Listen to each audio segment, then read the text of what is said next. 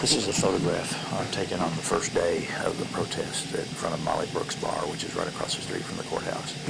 And what happens here is that the crowd was out there and the police came down and they were pinned up against Molly Brooks Bar. I mean, absolutely pinned, and you can see heads of them here, which he can testify to.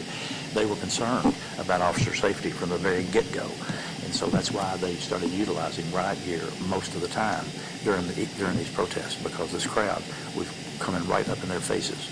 And so I'd like to be able to introduce this photograph, which you'll say he wants. Well, it's not even relevant. Ms. Williams is not in the photograph. They're not identifying Ms. Williams as enticing or inciting these people to engage in conduct. In addition, we're here to determine whether or not on June 13th what occurred that was riot. We don't actually know the date of this picture, and we understand they put riot gear on. And Sarah Williams says, why do they have riot gear on?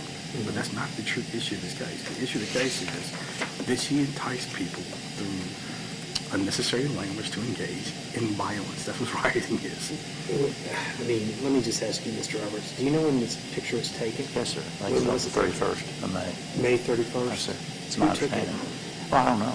Well, I don't know if it's been in it's a police department photograph, and he can testify about it. Okay. They have it. All right.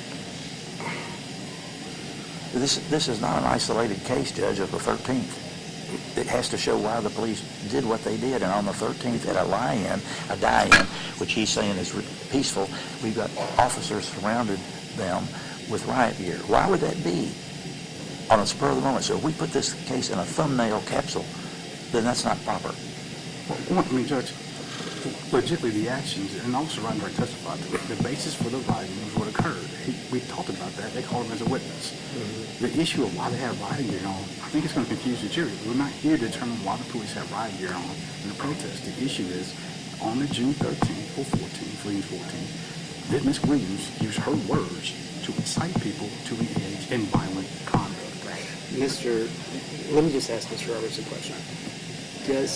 Were police in riot gear uniforms on June 13th and 14th? I'm not sure these were. They did respond. On 13th? Yes. You were pointing at that picture. That's not you were pointing at the picture. Yes, they were in riot gear. Okay. Absolutely, they were in riot gear. But the issue is not to impeach Ms. Williams' statement on everything that she says. The issue is, did she engage in, I butchered the word, but tumultuous, there we go. Tumultuous behavior, right. And violent, and right. Engage in violent conduct. Certainly that's the ultimate question. But again, I think that I've got to give him some latitude as to providing some sort of context. And the context involved here is, why did they feel it was necessary to put police barricades around the department, whether reasonable or not? Why was it, in their belief, if they were wearing, I'm hearing that they were wearing riot gear at the time, why was it reasonable for them to think that they needed to wear riot gear at that time, to set the stage for him to at least, provide some sort of context. So, well, Judge, I think we're not talking about the admissibility. You're just saying,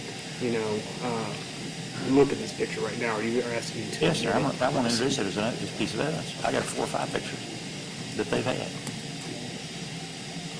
I believe under 403, it's going to be extremely prejudicial. It's going to confuse the jury on the ultimate issue of the case. The ultimate issue of the case is her words that entice people to engage in violence. And going through and showing that the police were tired or people in their faces.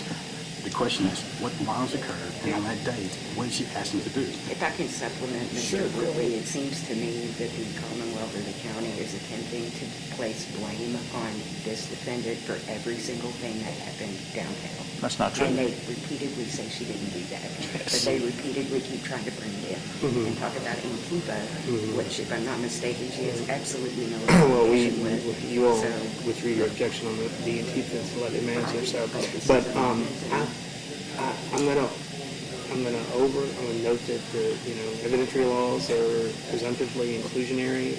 I don't think it substantially prejudices Ms. Williams in this case. I think it allows the Commonwealth to provide some context as to the events, as to what occurred as far as in front of the police department with the barriers and why they thought the barriers were necessary. Because the ultimate issue is, from what I understand, is she encouraged folks to No. jump barriers. Yeah, you know, but Judge, so- at this point in the trial, it's no longer, we're not pre-trial, we're in the middle of the trial, where the lead officer has testified, who wrote the reports.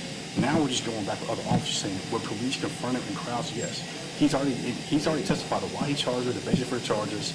Now we're going through and just showing photographs saying, you had riot gear on, why? That's not the issue. Prosecution of this entire movement. At the same time, I think it allows for context to be laid to provide them, some sort of ability to tell their story in this case. So I'm going to overrule. I appreciate the answer.